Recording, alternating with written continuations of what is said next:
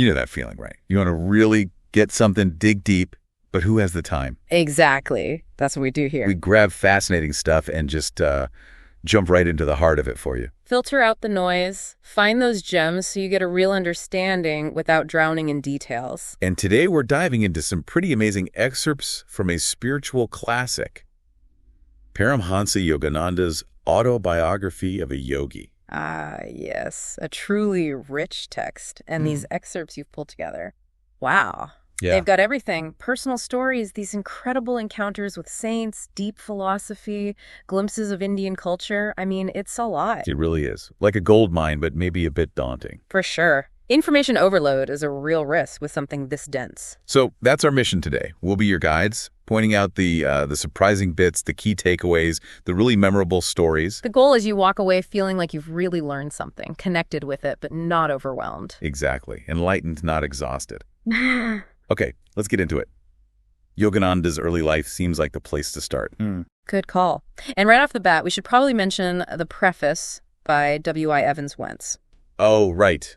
Why is that important? Well, Evans Wentz was a big name, a respected scholar of Tibetan Buddhism and Eastern texts.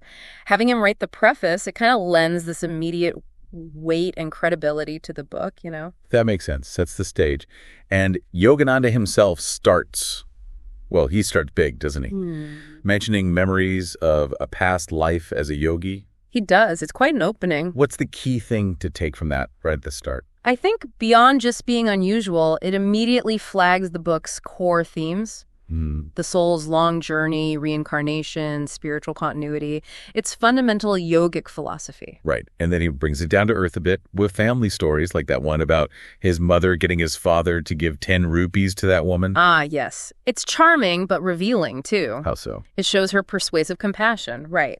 And his father, more pragmatic, justifying it based on his own past struggles with poverty. It adds this very human dimension. Yeah, it does. But then things get dramatic pretty quickly. His recovery from cholera. Asiatic cholera, which is often fatal. And his mother tells him to mentally bow to Lahiri Mahasaya's picture. And he sees this blinding light. What's the insight there? It's a powerful illustration of faith healing, isn't it? And the deep reverence already present in his family for these spiritual figures. It suggests a direct link between inner belief and, well, physical reality. And that theme continues. The preparations for his brother Ananta's wedding. Right. Very elaborate. But then comes that vision. His mother appearing in Bareilly, telling them to get the first train because she's dying. It's a stark example of premonition, that intuitive knowing that just bypasses the rational mind, a recurring element in the book. Definitely. And even after she passes, that message she left, what was it, 14 months later? Yeah, about his own potentially short life and pushing for Ananta's marriage. It's remarkable. What do you make of that? It's like she knew his path. It suggests this profound maternal insight, maybe even a sense of his spiritual destiny, wanting to ensure earthly things were settled first. It's quite moving. It is. Now, he uses terms like Swami early on and mentions sadhana. Can we quickly clarify those? Sure. Swami basically means one who is one with the self. It's a title of respect for a monk in the Hindu tradition, like reverend. Okay. And sadhana? That's the spiritual practice or discipline someone undertakes. Often intense, dedicated efforts, sometimes in seclusion, like an anchorite. Understanding those helps frame his journey. Good context. Okay, so moving past those early years, he starts actively seeking out saints, his trip to Benares. Right, and that conversation with the saint about a pension of fathomless peace. What a phrase. What's significant about that? It frames deep meditation not just as practice, but as something yielding this profound, lasting reward. But then what happens right after is also interesting. The meeting with Kedarnath Babu, his father's friend. Exactly. Disappears out of nowhere, seemingly. Makes you wonder, doesn't it? Yeah, it feels like a nudge from the universe or something, not just random. Precisely. And then we get Pranabananda's story. Ah, the Brahma-induced intoxication. Right, and his reason for wanting a pension.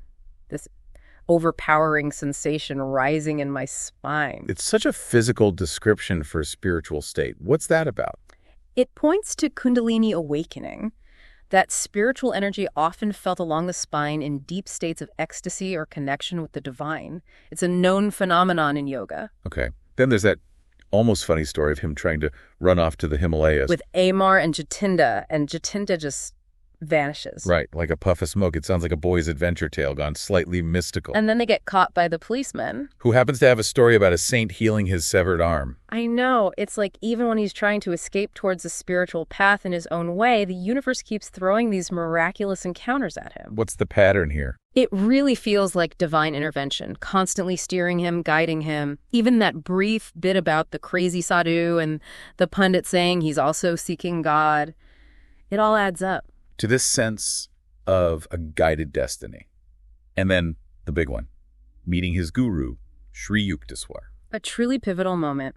The text emphasizes the profound peace Yogananda felt, just being in his presence. What does that tell us about the guru-disciple relationship? It highlights that tangible transmission, that a realized teacher can radiate peace, calmness, upliftment. It's not just words, it's an energetic thing, a core idea. Right. Then there's Kebalananda teaching him a diviner syntax, beyond just Sanskrit grammar. Suggests an intuitive grasp of the deeper meaning behind the words, doesn't it? Not just academic learning, but direct insight. Like reading between the lines of reality. And then we get some more outward phenomena like the Ganda Baba. The perfume saint, materializing specific scents on demand. Wild. What's the point of including stories like that? They illustrate the cities, the potential powers that can arise from deep practice. But, and this is important, the text usually follows up by saying, don't get attached to these. Inner realization is the prize, not psychic powers. Got it.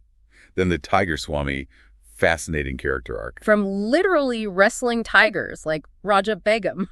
It's such a vivid image. To turning that same intensity inward, to tame his own passions. It's a powerful metaphor. For inner struggle, yeah. The same focus needed for outer battles can be used for inner ones. Exactly. Then we meet Paduri Mahasaya. He tells the story of Mirabai. And he gives Yogananda a blessing before he leaves for the West. Yes, which feels very significant in hindsight, doesn't it? Almost like a sending off for his future mission. Foreshadowing. Then a shift, Surjagadas Chandra Bose, the scientist. Right, his work on the response in plants and even metals. Groundbreaking stuff. And he links patience with India's pursuit of truth. What's the connection? He's bridging science and spirituality, saying both require this deep, unwavering dedication to uncovering truth, whether it's in a lab or through meditation. And that experiment with the fern, chloroform, then the antidote. Amazing. It just dissolves the boundary between animate and inanimate, suggesting this universal sensitivity, this life force everywhere. Mind-bending stuff. Following that, the encounter with Master Mahasaya. Ah, yes. The overwhelming bliss Yogananda experiences, contrasting with past pain. It highlights the transformative power of divine connection. And there are gifts. Yeah. A silver lotus. And the tamarisk tree exuding manna. These details paint this picture of a life just saturated with the extraordinary. Even mundane things like the electric lights failing at Master Masaya's place are attributed to his interaction with Divine Mother. It reinforces that idea of a very personal, responsive divine presence. Then we get a dose of reality exam anxiety. Yes, yeah. Nantu helping him cram the forgotten Sanskrit. It's relatable. It grounds the story, shows he still had everyday struggles amidst all the spiritual fireworks. A good reminder. His time at the Mahamandal Hermitage in Benares, though, seems quite disciplined. Dayananda's rules about money and food. Right, emphasizing detachment, reliance on the divine inner strength rather than outer comfort, austerity as a path. And then that voice. Thy master cometh today. Another instance of external events seemingly aligning perfectly. Like the universe pulling strings again. And sure enough, he meets Sri Yukteswar soon after, and the guru knows about the lost amulet, knows he was unhappy at the hermitage. That demonstrates such a deep connection, almost telepathic. It illustrates that profound guru-disciple bond, where the teacher has this intimate awareness of the student's inner world. Then there's that test with the money, arranged by his brother in Chitendra. And Yogananda refuses it. Shows his values solidifying, right? Spiritual principles over worldly gain. A clear choice. Definitely. The unexpected welcome in Brindaban, visiting Krishna shrines with Pratap Chatterjee. Who then vanishes mysteriously. It's like his whole life was a series of these bizarre, instructive encounters. Never a dull moment. Seems that way. Then Sri Yukteswar tells him, go home, go to college. But with the goal of eventually going to the West, setting the long-term plan. And we get a feel for the Serampore Hermitage, simple, focused on study and meditation. And then comes the Kriya Yoga initiation. A huge moment, described with experiences of great light, profound bliss, a definite turning point. A direct taste of higher consciousness. But then, hilariously, the next lesson is how to outwit a mosquito. Huh. Yeah, it brings it right back down to earth. What's the point there, do you think? Maybe about applying mindfulness and intelligence even to tiny annoyances. Practical wisdom alongside the cosmic stuff. Resourcefulness. Makes sense. Then Sri Yukteswar's views on killing. Right, the karmic weight of it. But contrasted with him subduing that deadly cobra with love. So it's not just a rigid rule, but about the underlying consciousness, compassion. Exactly. The power of love and fearlessness over mere non-action. Then Yogananda feels weak, then strong. And the guru says it's his thoughts causing it. Crucial teaching, isn't it? Mind over matter, essentially. A cornerstone. Our inner state shapes our outer reality and well-being. And Sri Yukteswar sees Yogananda mentally creating 3 institutions during meditation. Wow, like seeing the blueprint of his future work. Suggests his destiny was already forming, even subconsciously, and just Sri Yukteswar's presence being healing. It speaks volumes about the guru's role again, not just teaching, but uplifting. Absolutely. A source of calm, strength, inspiration. But the text is honest, too, mentions Yogananda's chief offenses as a disciple. Compared to his organized father, it shows he wasn't perfect. Right, makes it relatable. Even great souls have learning curves. And Sri Yukteswar wasn't about just intellectualizing scripture. No bloodless pedants, as he put it. Exactly. He pushed for inner realization, experiencing the truth, not just reading about it. That contrast between outer display and inner diving. Living the teachings, even protecting Yogananda in that courtroom incident. Shows that protective, fatherly aspect of the guru role, extending even to worldly troubles. Then we meet Ram Gopal Muzumdar, the sleepless saint. And that journey to meet him, the intense light experience. Sounds overwhelming. Molten light. And Ram Gopal's insight about divine love being the ever-newness of God. What a concept. Not static, but eternally fresh, joyful. Central to Bhakti Yoga, that devotional path, God is an endless source of new joy.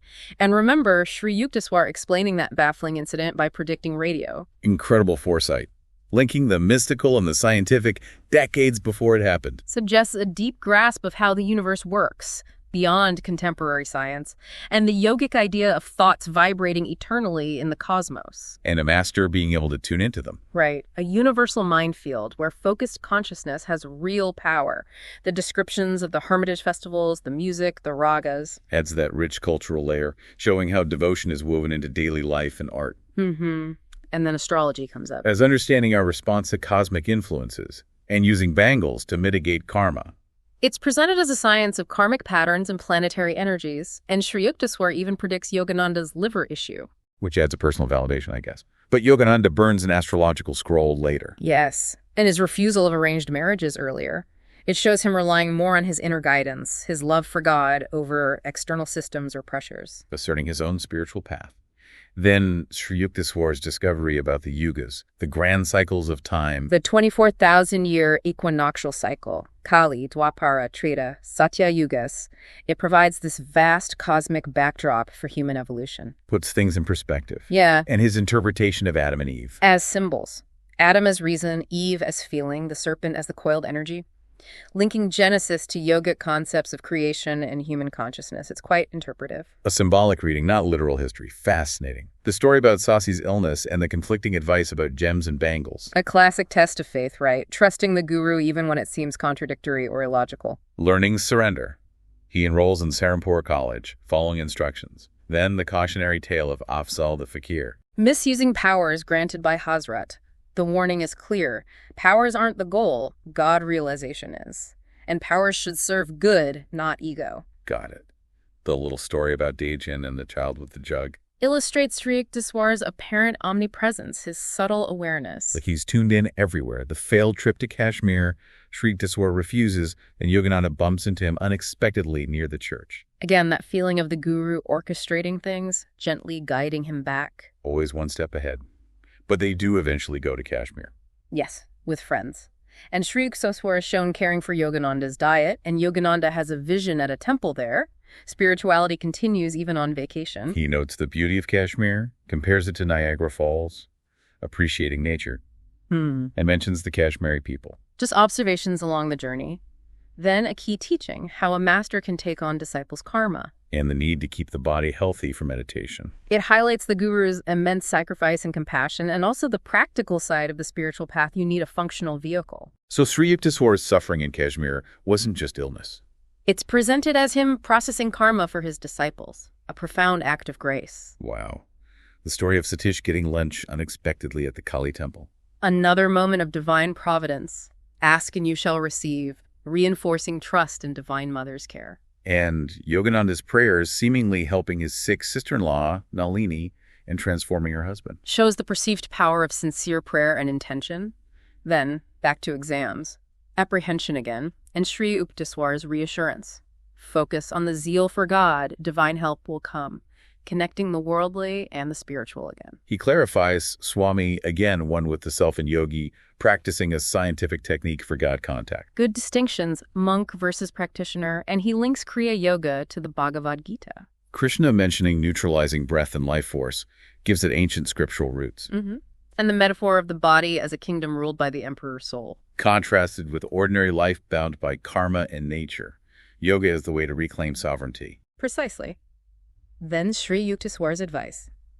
If you give up worldly duties, you take on responsibility for a larger family. Which leads directly to founding the Ranchi school, the Vidyalaya. A huge step. Putting ideals into practice, serving others, becoming father-mother to the boys. The details about the school's early days, its rapid growth.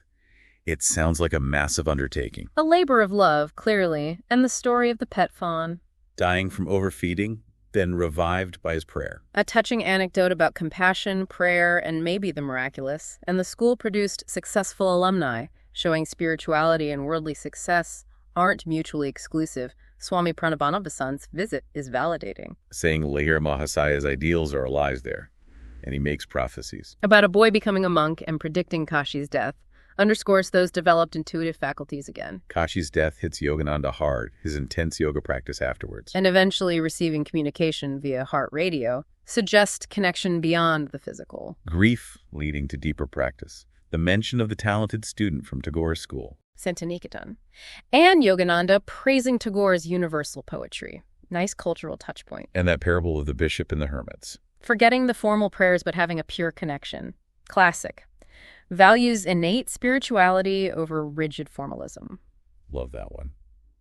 Then the discussion shifts to Maya, illusion, and science. How science observes the laws but struggles to find the law framer, the limits of the purely material view. And the ancient Indian idea of the universe as a divine dream. The illusory nature of the world, which he says electron microscopes kind of support by showing matter isn't solid, aligning ancient insights and modern physics. And the yogic perception of the cosmos as light. That vision. Consciousness transferred to an astral world, the voice saying, what has life or death to do with light? A profound mystical experience. Pointing to an ultimate reality beyond the physical. Modern science based on light also gets mentioned. Yes, suggesting science is catching up to these ancient understandings. His vision of the European battlefields as a cosmic motion picture, a detached, almost transcendental perspective on worldly events. Then Giribala's memories of Lahiri Mahasaya. Her testing him. Seemingly disrespectful, but he saw it as testing his unconditional love, a unique guru-disciple dynamic. And Trilanga Swami. The feeds sound incredible. Disappearing, walking on the roof, drinking poison, illustrating mastery over physical laws, but always linked to divine justice, not ego. And he healed Yogananda's uncle. And Shankari Maiju, Trilanga's disciple, still alive then. Living in Himalayan caves. Shows the lineage continuing. Rama's recovery after Lahiri Mahasaya's command, and Sri Yukteswar joking about carrying castor oil, a touch of humor amidst the miracles. Lahiri Mahasaya wanting a quiet life, but predicting his biography would be written for the West. Because of Western interest, yeah. Helping establish human brotherhood through yoga. Quite prescient. And India's survival linked to its focus on eternal truths. A statement on the enduring power of spiritual culture. The Abraham and Sodom reference. A cross-cultural parallel for divine intervention based on righteousness. Keshavananda finding Babaji in that cave.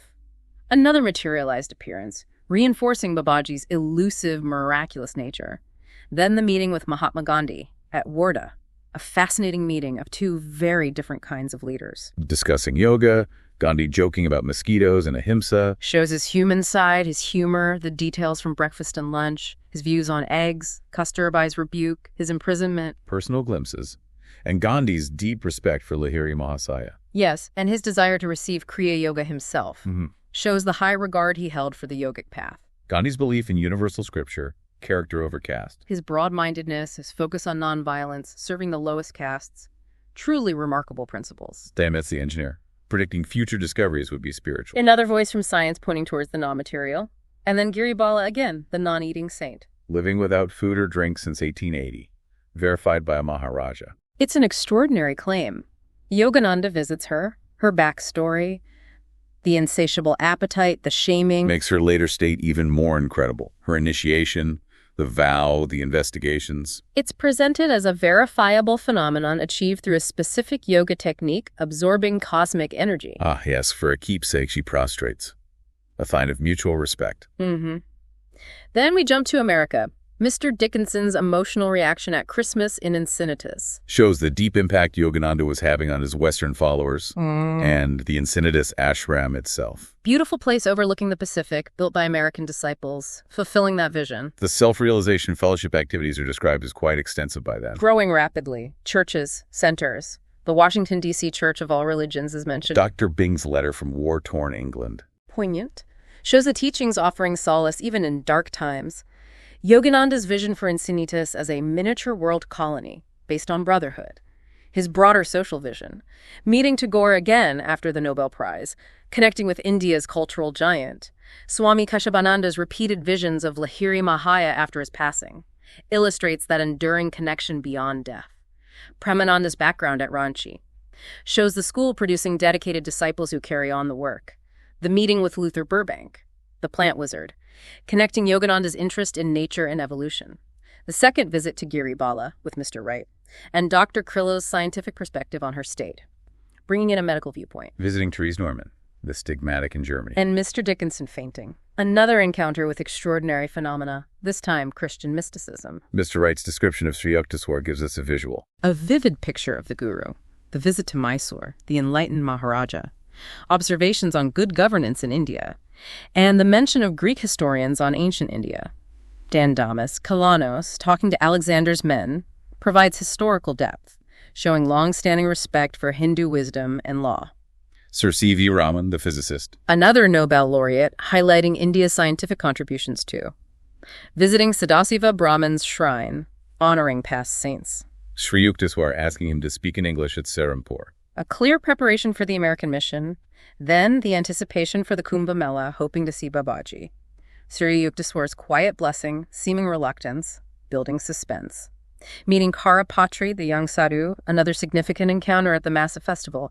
Sri Yukteswar asking him to write Lahiri Mahasaya's biography, the direct impetus for the book we're discussing, Keshabananda's story of Babaji materializing again, reinforcing his mysterious power. Then the news Sri Yukteswar is leaving for Puri. The telegram. Urging Yogananda to come creates the sense of foreboding of imminent transition. He arrives, and Sri Yukteswar passes away. A deeply moving moment, described as peaceful, his body lifelike. But then, the vision.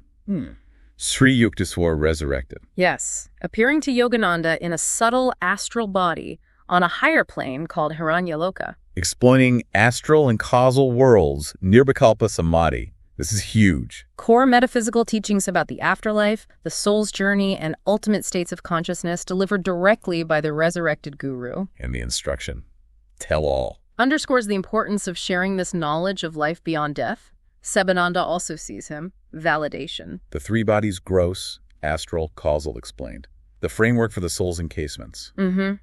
The story of the Englishwoman devoted to seva, selfless service, showing the path is universal. And then the meeting with Babaji before leaving for America. The Mahavatar himself, confirming his identity, commanding Yogananda to go to the West, promising protection. A glimpse of Babaji's cosmic consciousness, the ultimate blessing and send-off. Absolutely. Followed by Sri Yukteswar's final blessings and advice. Be a child of God. Seek the best in everyone. Beautiful parting words, predicting sincere souls would come. And finding friends even in a wilderness. Reassurance for the journey ahead. He leaves in 1920, the passport issues miraculously resolving. Suggests divine help smoothing the path. The poems quoted give that personal touch of his devotion. Founding Mount Washington, other centers. The work takes root in America. Meeting Tagore again in San Francisco. bringing things full circle, from Ananda leading the DC church. Shows the disciples taking on leadership roles. And finally, the dedication of the Encinitas Hermitage. Which is where he likely wrote much of the autobiography. It brings the narrative right up to the present of his writing. What a journey. So, wrapping up this deep dive. Wow, we've covered a lot of ground from these excerpts. We really have. And honestly, it still feels like just scratching the surface of the full book. Absolutely. But hopefully we've highlighted some of those surprising facts, the really memorable stories, the core spiritual insights. Insights into reality, the mind's power, human potential for growth. It's all in there. And we hope that you, listening, feel you've got a much richer sense of what these excerpts offer without feeling too overwhelmed by the sheer volume of it all. Yeah, hopefully it was engaging. Maybe it sparked some curiosity. Which leads to maybe a final thought to leave you with. Okay. Considering all these accounts, the miracles, the inner transformations, the guru's guidance, the predictions, what might this suggest about the reality we don't usually perceive? Like, what possibilities might lie hidden within our own consciousness, just waiting to be tapped into, if these stories hold even a kernel of truth about human potential? Exactly. Something to ponder.